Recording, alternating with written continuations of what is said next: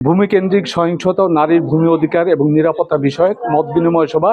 আজকে আমরা দেখতে পেয়েছি যে ফরিদপুরে যে আন্তর্জাতিক নারী নির্যাতন প্রতিরোধ পক্ষ 2025 উপলক্ষে আজকে এই মত বিনিময় সভা অনুষ্ঠিত হচ্ছে। তো মত বিনিময় সভা আমরা দেখতে পেয়েছি যে নারী ও কন্যার প্রতি সহিংসতা বন্ধে ঐক্যবদ্ধ হয়ে ডিজিটাল নিরাপত্তা নিশ্চিত করে এই প্রতিবাদকে সামনে রেখে আমরা দেখছি যে আজকে এই মত বিনিময় সভা অনুষ্ঠিত হচ্ছে।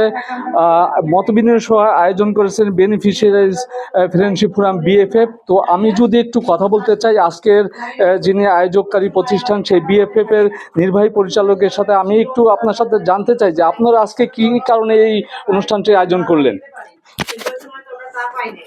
ধন্যবাদ। আমরা জানি যে 25শে নভেম্বর থেকে 10ই ডিসেম্বর পর্যন্ত নারী নির্যাতন প্রতিরোধ পক্ষ পালিত হচ্ছে। তারই ধারাবাহিকতায় আমরা মাঠ পর্যায়ে বিভিন্ন কর্মসূচি পালন করছি।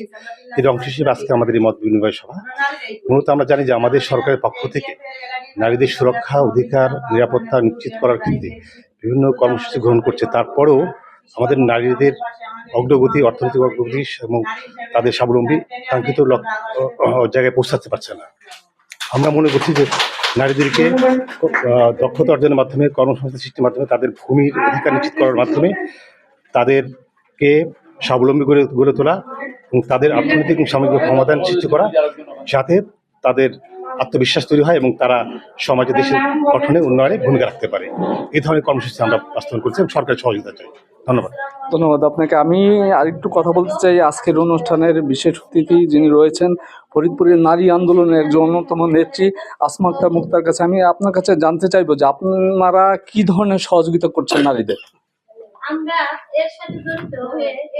অনেক ধন্যবাদ আপনাদেরকে। প্রথমত আমরা নারীদেরকে যে আমরা কি সহযোগিতা করছি, প্রথমত তাদের ভেতরে যে সুপ্ত শক্তিগুলি আছে, তারা যে সবকিছু পারে বা তারা যা করছে সে করার বিনিময়ে তাদের যে প্রাপ্তি আছে, সে প্রাপ্তিটুকু বুঝে নেওয়ার জন্য তাদেরকে আমরা সংগঠিত করি বা তাদেরকে এক ধরনের মানসিক সাহস বলেন এবং তথ্য প্রদান বলেন, তথ্য সমৃদ্ধ করা বলেন, সেটি আমরা করি। দ্বিতীয়ত তাদেরকে এক ধরনের মানে শক্তি, সামর্থ্য, আস্থা নিয়ে তারা যাতে তাদের কাজগুলি করে এগিয়ে যেতে পারে। আরেকটা হচ্ছে তারা নির্যাতিত হলে, কারণ নারীর মোবিলিটি বেড়েছে, সেক্ষেত্রে কোনো রকম নির্যাতনের শিকার হলে তারা কখন, কোথায়, কিভাবে সহযোগিতা পাবে বা ন্যায্য বিচার পাবে, সেই জায়গাগুলিও তাদেরকে চিনিয়ে দেওয়া বা সেই তথ্যগুলি তাদেরকে জানানো, এই বিষয়গুলি আমরা সবসময় করে থাকি।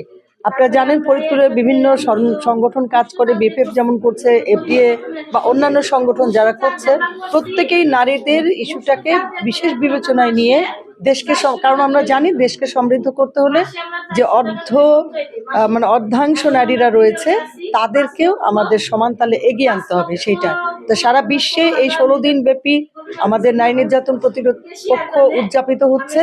বিভিন্ন দেশে বিভিন্ন ধরনের নারী নির্যাতন হয়ে থাকে, এগুলিকে কিভাবে সমাধান করা যায় আন্তর্জাতিকভাবে আমরা লিঙ্ক করে আমাদের দেশেও এইগুলিকে সমাধানের জন্য চেষ্টা করছি। ধন্যবাদ আপনাকে। আমি একটু কথা বলতে চাই যে আজকের যে অনুষ্ঠানের যিনি সহযোগিতা করছেন যে প্রতিষ্ঠানটি এএলআরডির উপনির্বাহী পরিচালক রওশন জাহান মনি, আমি আপনার কাছে জানতে চাই যে আপনারা এই যে নারীদের নিয়ে কাজ করছেন, কেন করছেন? ধন্যবাদ। আজকের যে প্রতিপাদ্য বিষয়টি আছে তার মধ্যেই আছে যে নারীর অধিকার, মানবাধিকার। এদেশের জনসংখ্যার অর্ধেক নারী, তো অর্ধেক নারী এবং এই জনসংখ্যা যদি পিছিয়ে থাকেন তাদের অর্থনৈতিকভাবে, সামাজিকভাবে, তাহলে একটা দেশের উন্নয়ন যদি আমরা চিন্তা করে থাকি সেটা অবশ্যই ব্যাহত হয়। তো নারী মানুষ আমরা সেই চোখেই দেখি এবং সমানভাবেই মনে করি যে তাদের অধিকার রয়েছে, তাদের অর্থনৈতিক কর্মকাণ্ড, সামাজিক কর্মকাণ্ড এবং দেশের উন্নয়নে তাদের অবদান রাখারও অনেক ভূমিকা রয়েছে। তো সেজন্যই আমরা মনে করি নারীদের নিয়ে কাজ করা দরকার। এবং যেহেতু আমাদের দেশটা গ্রামীণ অর্থনৈতিক দেশ, সেখানে গ্রামীণ নারী গোষ্ঠী যারা রয়েছেন তাদের অর্থনৈতিক উন্নয়ন কিন্তু কৃষিকে ঘিরেই হয় এবং কৃষির জন্য যে জমি তার অধিকারও সেখানে রয়েছে। সেই জন্য গ্রামীণ নারী কৃষিতে তাদের অর্থনৈতিক কর্মকাণ্ড, এটাকে উৎসাহিত করা এবং নারীদেরকে জড়িত করা, তাদের নেতৃত্ব গড়ে তোলা, এই ধরনের কাজগুলি আমরা মনে করি যে একটা দেশের সার্বিক উন্নয়ন এবং প্রতিটা নাগরিকের তার নিজের জন্য প্রয়োজন। সেই জন্য আমরা এটা করাতে অনেক বেশি উৎসাহিত করি। ধন্যবাদ। ধন্যবাদ। এখানে উপস্থিত রয়েছেন আমরা দেখতে পেয়েছি যে সমাজসেবা অধিদপ্তরের উপপরিচালক। আমি তার কাছে জানতে চাইবো যে সরকারের তরফ থেকে আপনাদের নারীদের এই যে উন্নয়নে কি কি কার্যকর পদক্ষেপ আপনারা নিচ্ছেন? সরকারের পক্ষ থেকে আপনারা জানেন যে দীর্ঘদিন ধরেই সরকার নারী নির্যাতন প্রতিরোধের জন্য অনেক ধরনের কার্যক্রম গ্রহণ করেছে এবং নারীদের উন্নয়নের জন্য বাংলাদেশ সরকার অত্যন্ত আন্তরিক এবং বিভিন্ন ধরনের কার্যক্রম গ্রহণ করেছে। তো নারী শিক্ষার ব্যাপক প্রসার ঘটেছে, বাল্যবিবাহ নিরোধের বিষয়ে সরকার ব্যবস্থা নিয়েছে, ওয়ান স্টপ ক্রাইসিস সেন্টার সরকার তৈরি করেছে। তারপরে আজকে যে আমি মূলত এখানে এসেছি যে আমাদের গ্রামীণ নারীরা কী ধরনের নির্যাতনের শিকার হচ্ছে এবং এই নির্যাতনগুলো কিভাবে প্রতিরোধ করা যায় সেগুলো তাদের মুখ থেকে শোনার জন্য। তো আপনারা দেখেন যে সরকার ইদানিং ডিরেক্ট কিছু সরাসরি হেল্পলাইন তৈরি করেছে, যেমন বাল্যবিবাহ প্রতিরোধের জন্য একটি হেল্পলাইন, সরাসরি পুলিশের সাথে যোগাযোগ করার জন্য 999 সহ এরকম অনেক ধরনের হেল্পলাইন তৈরি করেছে এবং নারীর প্রতি আরও যত্নশীল হওয়ার জন্য সরকার কিন্তু অনেক ধরনের পদক্ষেপ গ্রহণ করেছে। আমি ধন্যবাদ জানাচ্ছি। ধন্যবাদ আপনাকে। আমি যদি একটু কথা বলতে চাই, ফরিদপুরের যে এনজিও সেক্টর রয়েছে তার একজন কর্ণধার, আমরা এফডি এর নির্বাহী পরিচালকের কাছে জানতে চাই যে আপনারা তো দীর্ঘদিন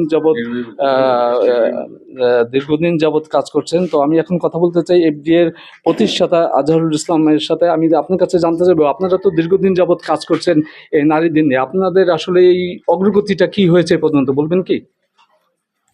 আসলে সরকারের পাশাপাশি স্বাধীনতা উত্তর ৭২ সাল থেকেই যে আমাদের নারীরা অনেক পিছিয়ে ছিল। আজকে যে এখানে যে নারীরা আসছেন, এরকম ২০ বছর ৩০ বছর আগেও কখনো এটা ভাবা যাইতো না যে একটা অফিসে এরকম মহিলাদের মিটিং হবে, নারী পক্ষের মিটিং হবে, নারী অধিকারের জন্য মিটিং হবে। সরকারের পাশাপাশি সরকার যেমন এই নারীদের উন্নয়নের জন্য মহিলা অধিদপ্তর বা মহিলা বিষয়ক মন্ত্রণালয় তৈরি করছেন, পাশাপাশি সারা দেশে এনজিওরা কিন্তু দেশের 90% তার উপকার ভোগী বা টার্গেট পিপুল হলো নারী। যে নারীরা আমাদের দেশের অর্ধেক নারী, এই নারীদের পিছিয়ে রাখলে জাতীয় উন্নতি হবে না। এই জন্যে আমরা মনে করি যে নারীদেরকে আগেই আনতে হবে।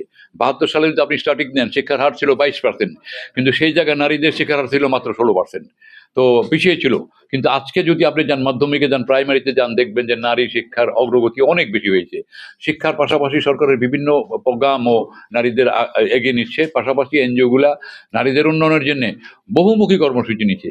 আমাদের আজকে 4 কোটি মহিলা নারী আজকে এনজিওদের সদস্য। এই 4 কোটি নারী 12 কোটি লোকের 4 কোটি পরিবারের পক্ষ থেকে তাদের এই উন্নয়নে পর্যায়ক্রমে যে উন্নয়ন হচ্ছে সারা দেশই এগিয়ে যাবে। আমার মনে হয় নারীরা সমৃদ্ধ হইলে দেশ এগিয়ে যাবে।